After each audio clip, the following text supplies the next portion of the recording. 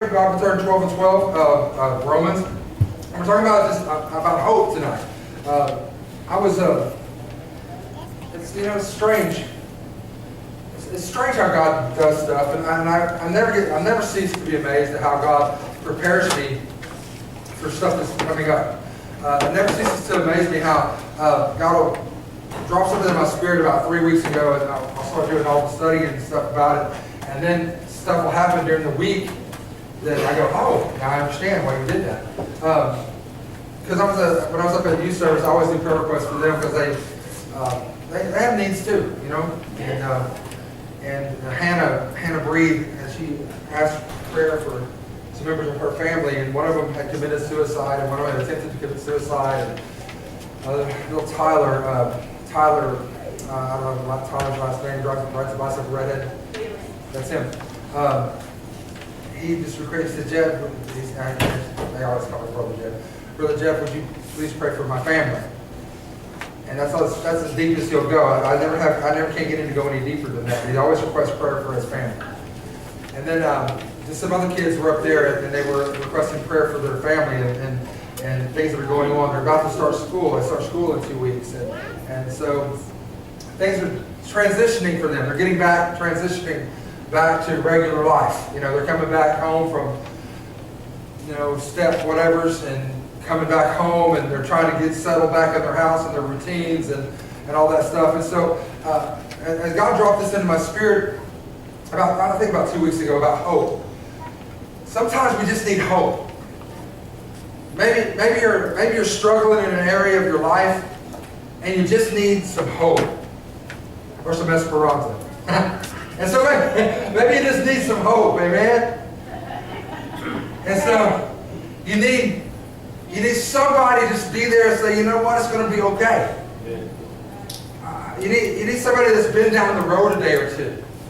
You need somebody that's been around the block a couple of times and fell down a couple of times and they got themselves back up, and they know don't step off that curb. It's a deep hole there, and you just need somebody that's been around the block. And that's why I look around at our church, and I want you to look around just this afternoon. I want you to look around at the age differences and just what's going on. Look at the age differences. Man, we're set up for success. Amen. I mean, I got Alex. How old is this little girl? 2. She's 2. 2 years old. Anybody over 2? Okay. 3. Who? I don't know. I'm asking who's the oldest. I'm going to ask that. But we have people that are from 2 years old to almost 70 years old. Over 70 years old. I don't know. I mean, you don't have to tell them yourselves. Lord, guys. Okay. And so they're from 2 years old to, but below 90. Okay. Okay, let's do that. Okay, so we got 2-year-old to below 90.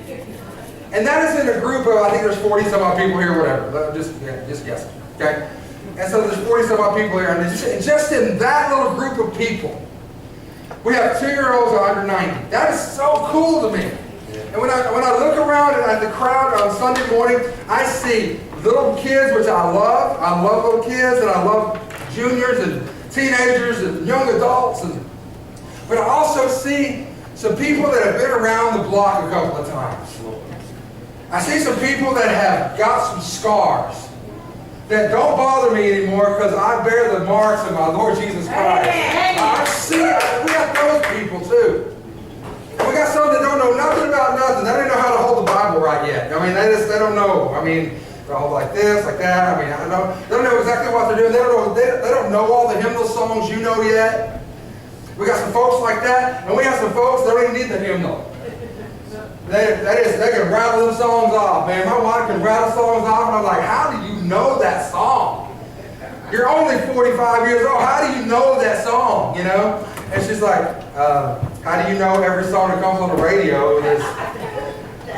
that's what I listen to. I don't know. I mean, and so she knows those songs. She doesn't need a songbook. She can do it without a songbook. She doesn't need that. But understand, we have people that are from every age group.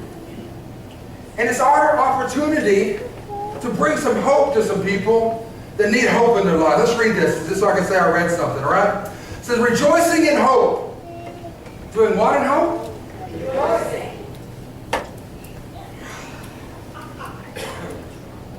Rejoicing in hope, patient in tribulation, continuing instant in prayer.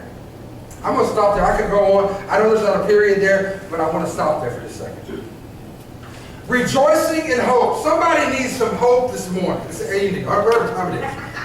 I'll tell you, it's Wednesday. I don't know what time it is, okay? And so, I don't know if you understand this or not, but there's somebody sitting beside you right now who's just hanging on to nothing and hoping that God does something, because if God doesn't do something, I'm going to lose everything. Come on, help me a minute. God, I came to church tonight because I'm just hanging on barely. I'm hanging on by the skin of my teeth. Remember, we used to use it. I've got a knot tied in the rope, and I'm hanging on with the rope of my teeth and my hand, and I can bear it. I need somebody to help me rejoice in my hope. I need somebody that'll take me by the hand and let God pull me through this thing, because I don't know if I can make it or not without some hope. Amen. And I want to be patient in my tribulation. Come on, help me a minute. Come on. So that's running preaching. That's just running. I wasn't old and fat up. Okay, we're going. Fred, I'll pull something. Okay, we're going. Now y'all look at me like that, and listen, I'm getting to that age where people get, the young people get mad. We don't stand up and do all the motions and stuff, and they're doing worship. And I'm like, y'all pray for me, man. I did my time. Come on now. I'll worship with you, and I'll download your music, man. I'll do all that stuff. Hallelujah. But man, baby, come on now. I still got a hamstring that hurts sometimes. You know, and I'm just trying to be real. And so, but you know, you go to conferences and people they get upset with you if you're not, they don't think you're worshiping enough. And I'm like, dude, I'll worship with you. I'm doing everything I can. I'm giving out there, baby. I'm doing it. Okay? But there's those young guys that can just do it. The young guys they just worship like we used to. Come on. Come on, that. Like we used to before you. Okay. And so understand that we have an opportunity right now, to help somebody rejoice in hope. We have an opportunity right now to be patient in our tribulation. When things are not going like we think they ought to go, when things are not doing like we think we ought to do, we got to be a little patient, because I got some hope. Somebody help me a minute. I've got hope. He's my hope. He's my Lord. He's my Savior. He is my hope. God, I'm so glad I'm not like people that don't have any hope. What will you do without hope? So let me ask you a question. Are you sitting here today and you say, well, it's just all over. I don't know what we're going to do. I'll tell you what you're going to do. You're going to shake yourself.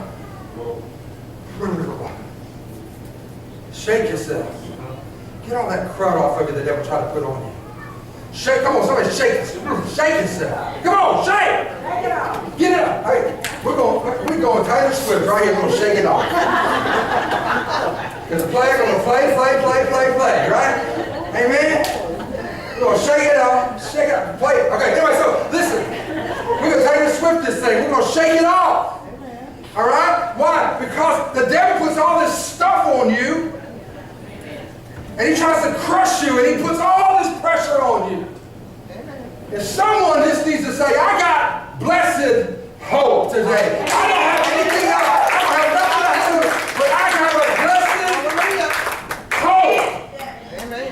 No matter what anybody says, no matter what anybody does, no matter what anybody's going to do to me, I have a blessed hope. And I am going to be patient in my tribulation, continuing, well, sometimes in prayer. No. Instant. Amen. Now let me tell you, I wrote this down. Y'all gonna think this is stupid, but I wrote it down anyway. Instant oats don't instantly fix. You still gotta cook them. Amen. Come on, true. You can't just pour grits in a bowl and eat them. You gotta boil this thing, right? Yes. You gotta get that malto meal just right. Amen. Y'all don't like malto meal? Man, malto meal is good. You put sugar and butter and biscuits in it. Woo! Yeah, biscuits here, biscuits up. Oh, y'all don't know nothing about the malto meal. Okay, listen. Listen. But you got to boil it.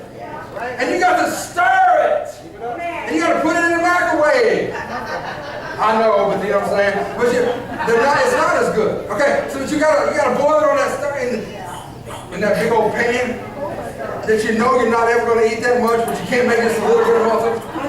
Y'all with me? Yes. Okay, and back in the day in my mom and dad's house when I grew up, we had those old stoves that had the black things over the burner. And if you move the pan just right, it sparks and fly out. You ever heard those? Okay, so especially when you're making popcorn. Okay, and so you gotta stir it and have some sparks flying out of the thing, right? It's instant, but it takes a little bit of cooking to get it. Somebody help me a minute. It takes a little bit of heat. And got some sparks flying off the heat of the pan and off the heat of the oven, the heat of the burner, and you're stirring your malto meal. Sometimes you get lucky and get some chocolate malto meal. Okay? And so it's not instant. It's not instant. It takes a little bit of fire to get it just right. It takes a little bit of stress to get it just right. It takes a little bit of hot and boy, you can't eat it right out of the pan either. You gotta let that stuff cool and set up and make it thicker. Because you'll burn your mouth off. You won't have taste buds for a month. Okay? And so experience, okay? And so you know. Alright. Okay, and so you got malto meal or whatever you want to put, instant oats, whatever, cream of wheat, whatever you want to eat. Okay? I don't like rice. Okay, so we're not doing rice. My wife eats that mess. Okay, wait, here we go. And so she got stirred up. So inside of you, I'm rejoicing in hope because God's going to do something. Can I share something with you? Listen, I only got 32 minutes, so hang on with me. Listen. It is impossible to be in the presence of God and leave exactly like you showed up. Because God will not do nothing. He has to do something. He will do something in your life. He has to do something in your life or He's not God. He cannot leave you like He found you. If you're broken, come on. He can't leave you broken. Now you might live out of that thing, but you ain't broken. If you're broken, you ain't limping. You're just laying. But God will do something. You might have to limp away from that wreck, but you're still all right. What is it? The comedian Ron White says he has a joke that says he told the pilot of a plane. He said, "If you're going to hit something, hit it hard, because I don't want to limp away from here." What do you mean? If you're going to kill me, kill me. Oh, I know y'all all saved, Ron White. No one doesn't know who Ron White is, but it's okay. Okay, and so it's fine. Okay, so here, listen. But you can't watch him uncut. I mean, you have to watch him cut. Okay, so anyway, long story short, you can't just simply say, "Well, God, I don't have any hope." I have hope. When I got up from the altar and God saved my life, God saved my soul and saved my life, when Jesus came into my spirit, when Jesus came into my life, I mean for real, not just play acting, I was testifying at the street to the kids, and I said, this is how bad it is. And if David lives where my youth pastor, that's how old I am. I wonder if y'all were going to get it. Y'all didn't say nothing. But Lisa is only, 5 years older than me, 6 years older than me, something like that? 54, so 6 years older than me. She's only 6 years older than me. But she was my youth pastor. Well, she was. Doesn't mean you have to be 97. Okay, listen. She was my youth pastor. And David was my youth pastor for a long time. And we had a group of church kids. That's what we had. Bless you. A group of church kids who, I think everybody that was in our youth group went to church, or their parents did. And I had two options. I got a whipping or went to church, or went to church. Those were my two options. I didn't get the, oh, baby needs to stay at home tonight. When I turned 13, I didn't get the option. I got the option of two. Go to church or get a whipping and go to church. That was my options. And I chose the latter sometimes. And so, because I didn't want to go to church. I was at church 4 times a week. Because we had Friday night service, or Saturday night, some one of the two. And so we had Sunday morning, Sunday night, Wednesday night, Friday or Saturday night, one of the two. I don't remember what we had. Saturday night, it changed, didn't it? I think it changed. Okay, and so we had church 4 days a week. Tuesday night prayer meeting. We had stuff going on with youth stuff. So there were just times I didn't really care to go to church. But my mom decided I needed to go to church. She made me decide I didn't want to go to church. Very severely. Okay, go to 15 and what did I tell you, 15 and what? 13. Ooh, ran out of time. Now the God of hope fill you with all joy and peace in believing. You don't have a hope. You don't have a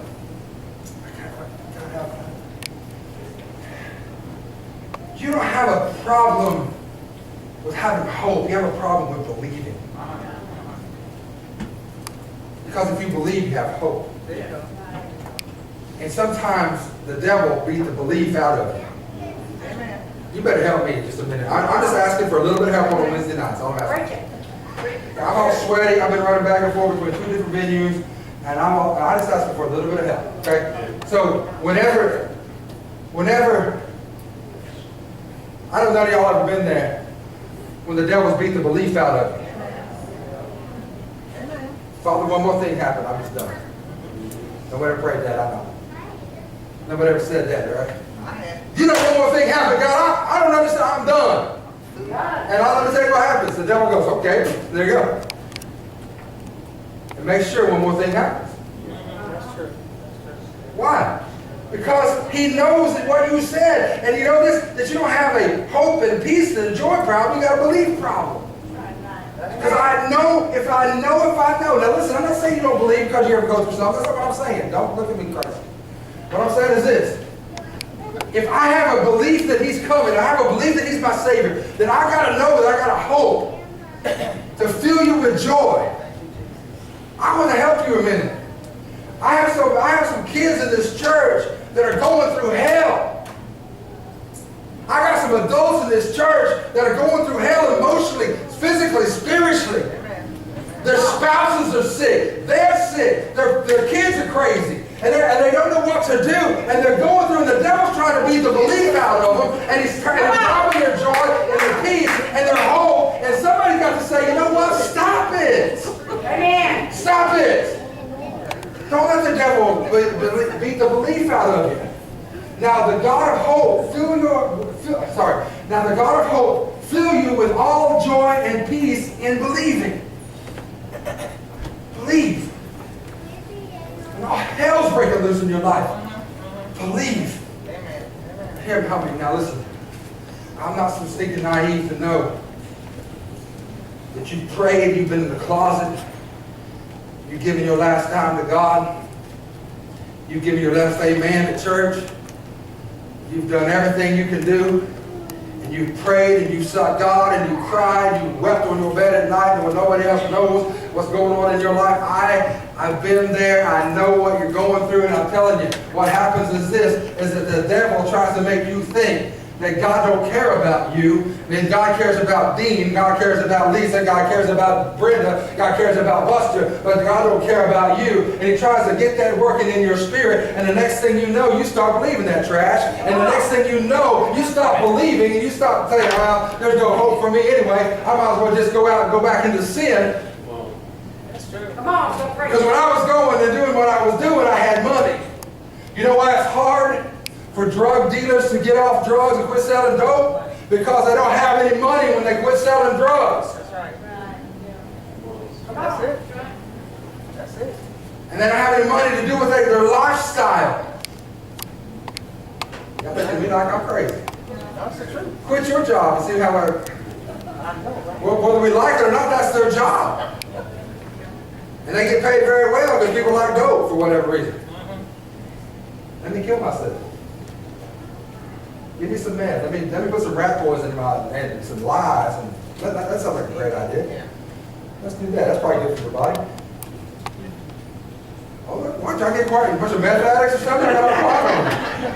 We're going to talk about y'all meth. Sorry, listen. Lord have mercy. Okay, listen. That ye may abound in hope. I don't know who this is for. I don't know who I'm preaching to. I don't know what God dropped it in my spirit 2 weeks ago. But I knew 2 weeks ago on Wednesday night. 2 weeks ago on Wednesday night I preached this. Jesus, help me. That you may abound in hope. How? How? Through the power of the Holy Ghost. Now, let me just share something with you. Trying to be good. You can't do it by yourself, David. You can have all the positive reformation, all positive reinforcement you want. You can read your 2-minute prayer journal thing in the morning. You can write your scripture down and what that scripture means to you. You can go to Mardell and find you any kind of thing you want to get, whatever series you want to get. You can do all that stuff and do nothing but waste $35. Or you can say, God, I need the power of the Holy Ghost in my life. Amen. I need the power of the Holy Ghost in my life. Now, I don't expect you to get up. God help me. If I'm wrong, God help me. Just rebuke me. God help me. I don't expect you to get up every service and run the back of the pews. That is an outward expression of what's going on inside of you, and that doesn't scare me. But I need something to go on inside of you. Amen. I need something to stir on the inside of you. I need you to feel the presence of God in your life. I need that churning of the Holy Ghost. And I say that, some of y'all don't have a clue what I'm talking about, but some of y'all do. Y'all remember. Listen, he said, now the God of hope fill you with all joy and peace in believing, that ye may abound in hope. Stir it. Turn the heat on. Put the water in the multi-mill in the pot. Stir it up. I don't know if you've ever eaten cold multi-mill. That's the reaction everybody says. Ugh. Because it's nasty. It gets all hard and clumpy and it's just nasty. Okay, and if you don't cook it right, and it gets little lumps in it, you can't have lumpy multi-mill. Okay, you just can't do it. Okay, okay, you can't do it. And what generally happens is if you don't stir it enough. Because you got to stir it or it sticks to the pan and scorches. And if you ever had scorched multi-mill, you might as well not eat multi-mill. It is awful. Okay? And so you stir it.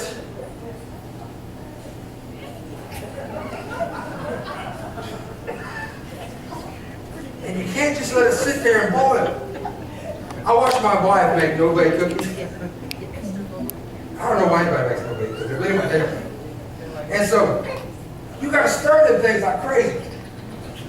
Especially when they're starting to boil, because you never let them sit, and you better throw it away and do something else, because they ain't no good. And so she has to stir them right at the end. You have to stir them, and then when you're dipping them out or whatever, however they do it, I don't know. But anyway, you can't let them sit in the pan because they'll scorch, and they won't be any good. And if you let them cook too long, they're too hard. Let them cook too short, they're too soft. You have to get them out just right. Because if you don't, nobody wants your cookies. Now they may look at you and go, oh, that's really good. And so, okay, but they don't really want your cookies because they're not right. Okay? All right, so hear me just a second. Hear me just a second.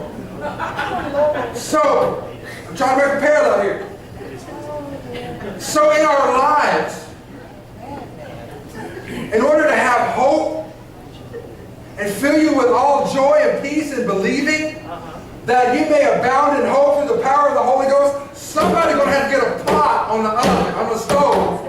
Somebody's going to have to get the flame turned up enough that they can stir that gift inside of them, that when it starts to boil, they don't let it sit there and tear up, and they start there and they pour it out.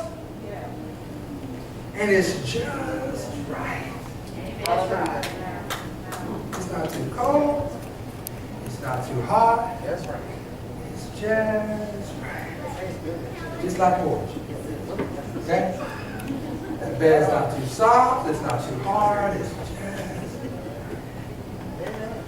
I'll give you another example. I'll leave it alone. My bed, my house. It's old. The bed's not the mattresses because I like it. It's curved perfect.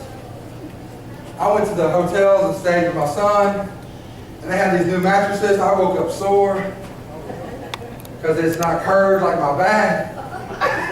Come on, help me now. Y'all look at me crazy like y'all get up out, oh, hallelujah, what's that? Whatever. Y'all do the same thing I do.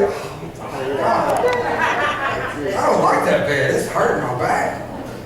Because your bed is curved like it's like your back is. If you've had it longer than a day. Come on. Listen, I know. Okay, it doesn't matter. Y'all can act like y'all don't have a curved mattress. Okay, yes sir. You know, it's sitting there.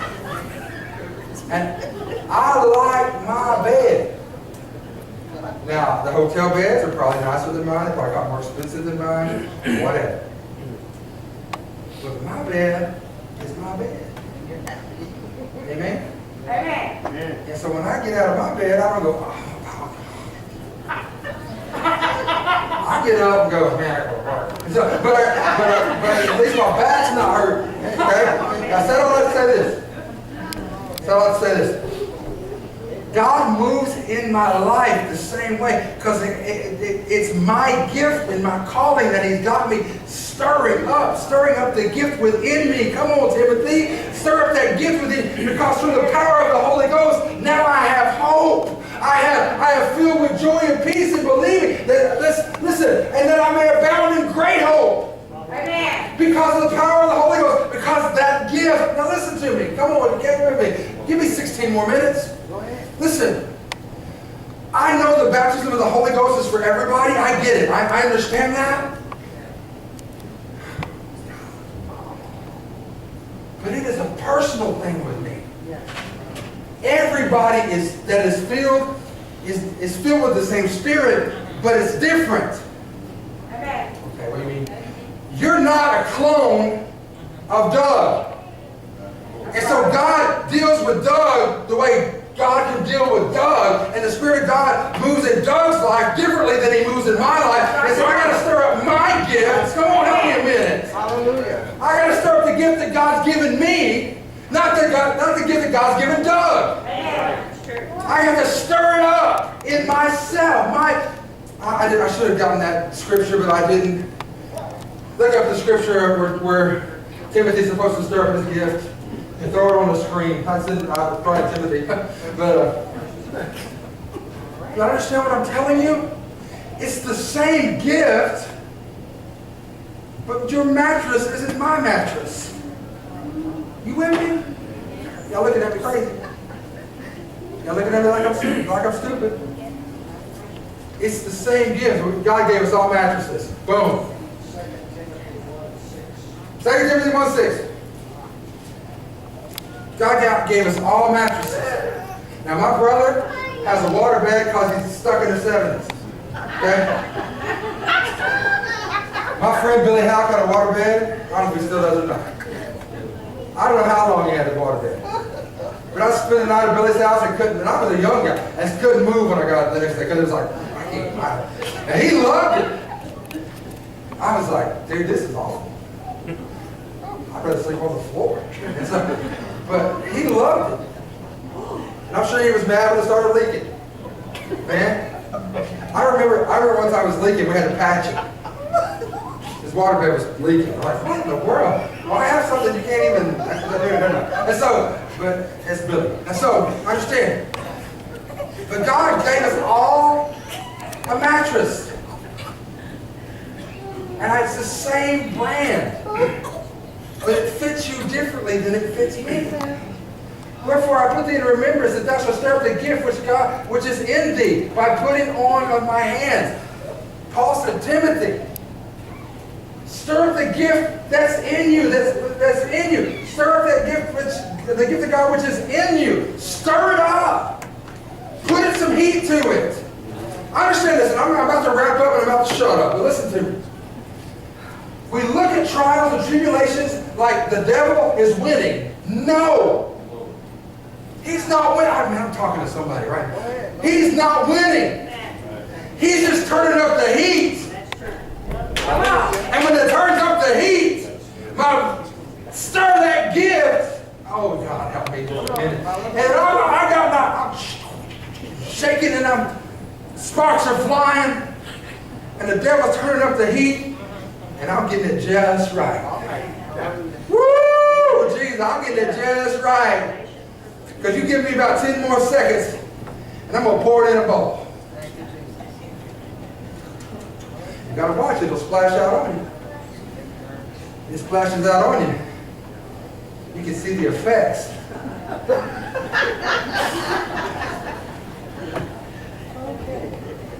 From experience. We got some folks in here never made malto meal in their lives. These young boys back here, they ain't never made malto meal. They don't know nothing about no malto meal. And they did, they made it in a microwave. That ain't real malto meal. Okay. It's quicker, but it ain't good. All right. Hear me. But from experience, I can tell you what it's like to stir it. And it slosh out on your arm. Because it's like tar that just burns to the bone and it just keeps on burning. You got to wash it off. That's how your gift is. You better watch it, because when you stir that gift, whatever it touches, it affects. Listen. And when I pour it in that bowl, and I pour it, you got to have a good chunk of butter. Have a stick! Lord have mercy. Hey, that's a tablespoon. Okay, listen. Half a stick of butter. Okay, whatever. All right. Lord, touch her in the name of Jesus. Okay. That half a stick of butter doesn't just sit there on the top, does it? That half a stick of butter, next thing you know, is this little yellow on the top. Because it melted. That gift inside of you that the devil turned up the heat. And you had to stir it. It melted. Whatever it came in contact with. Then you put the sugar on top. You got to stir that sugar in. And when you stir the sugar in, the sugar transforms and it begins to bind itself to the malto meal. Y'all with me? And now you have not just malto meal, you've got butter and sugar. And some folks put milk in it because they're crazy. Okay, and so you don't want to ruin it with milk. Okay. And you stir it all together and it binds together. And the next thing you know, is things that tried to transform your malto meal into something else now become part of the malto meal. Come on.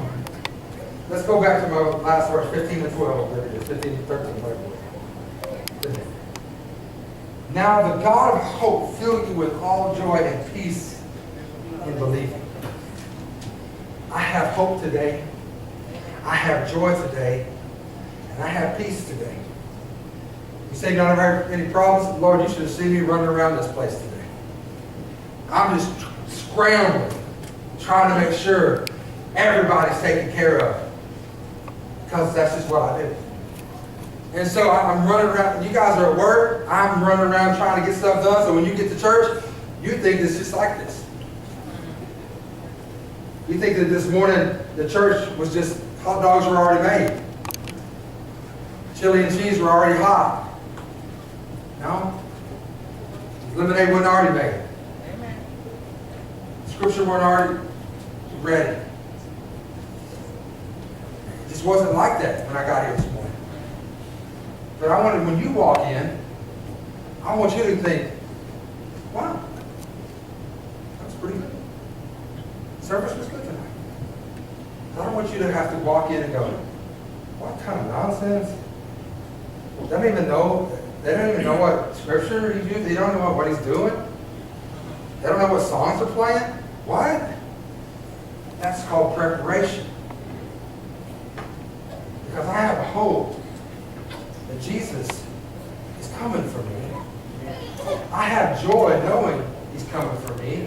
And I have peace knowing that when I look for God, God's going to make a way for things that work out. I'm going to get this stressful Wednesdays because it's hard to get everything done. And I said, well, you need more several Monday, Tuesday. Monday, Tuesday I work. Wednesday I'm off. I worked this morning. I worked till 1:30. And so I was behind. And so I had to hurry up and get stuff done. And so I needed some peace today.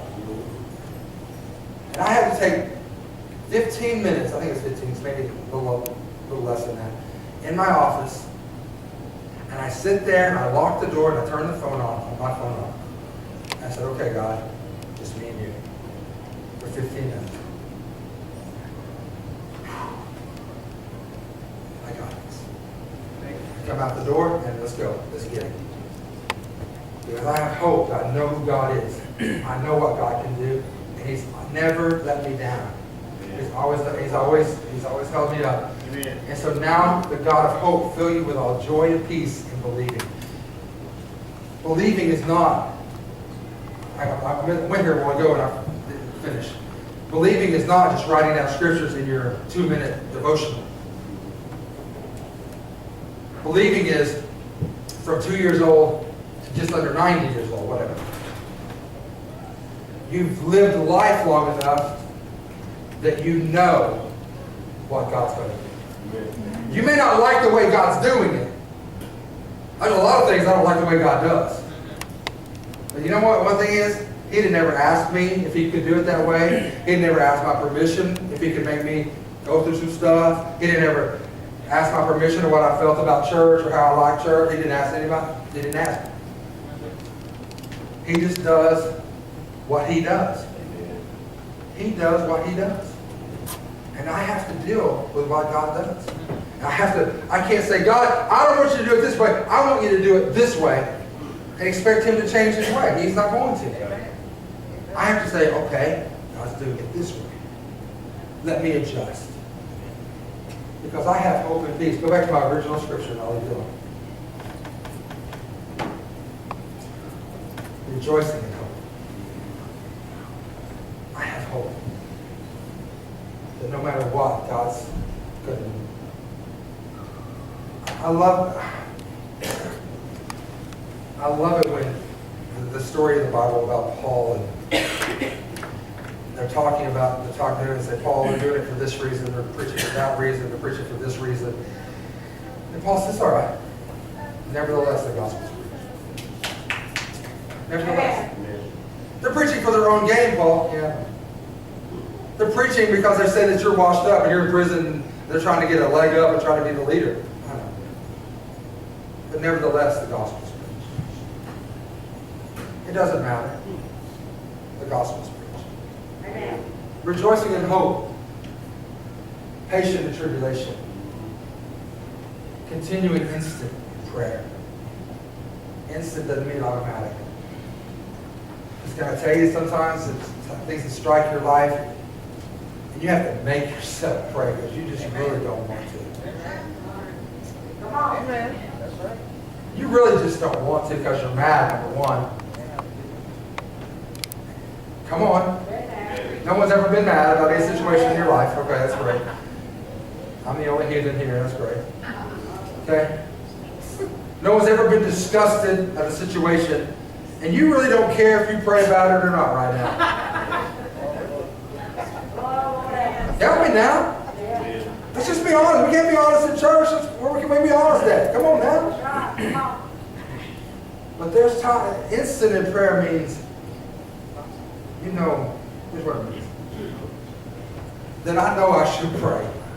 And God begins to deal with me to pray. And I do pray. Because, what was that coffee they used to have? Sanka? Yeah. Brim. Finish the rim with brim. Remember? I remember my dad tried an instant coffee one time. He threw that thing out. He threw that stuff out. He didn't want that stuff. He didn't, boil water, put that old crystals in there. He threw those Folgers crystals.